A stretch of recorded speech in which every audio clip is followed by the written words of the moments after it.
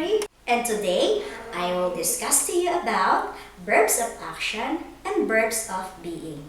Are you ready to learn, kids? Let's start!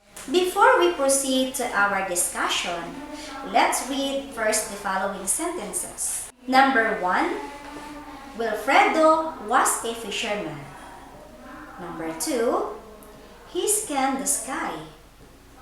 Number 3, Jack and his friends enjoy. Number 4, the year ended out to be different. Number 5, she talked about nonsense things. What do you call to the underlined words? Yes, they are called verbs. What are verbs? When we say verbs, this may be an action verbs or state of being verbs. Verbs have traditionally been defined as words that show action or state of being. What is an action verb?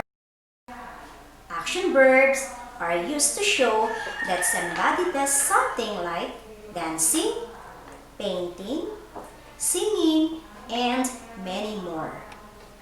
To further understand what action verb is, here are some few points to remember. Number 1, action verbs can also be actions you can see. Example, he wanted the rain to come. In this sentence, wanted is being used, which is an action verb. Number 2, action verbs are time-telling verbs. They tell when something takes place. Examples, he walks to the town. In this sentence, the action verb walk is in the present tense of verb. Another example, he walked with a heavy feeling. The action verb walk is in the past tense of verb. Another example, he will walk with the others. In this sentence, the action verb will walk is in the future tense of verb.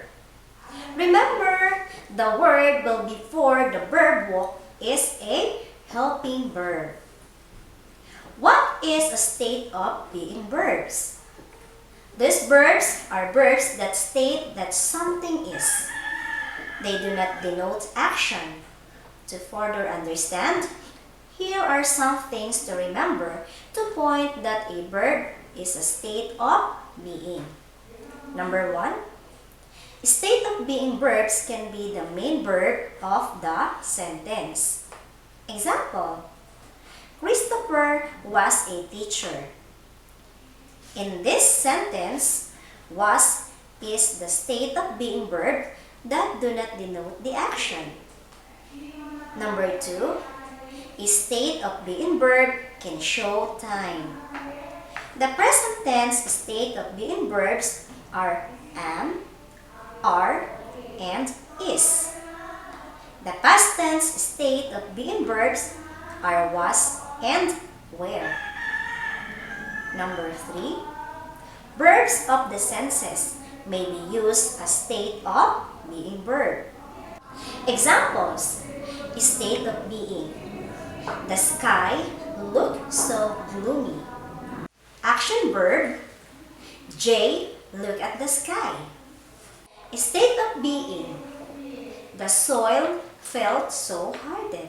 Action verb, they felt the soil. And that's all for today. Thank you for listening and thank you for watching. See you next time. Bye!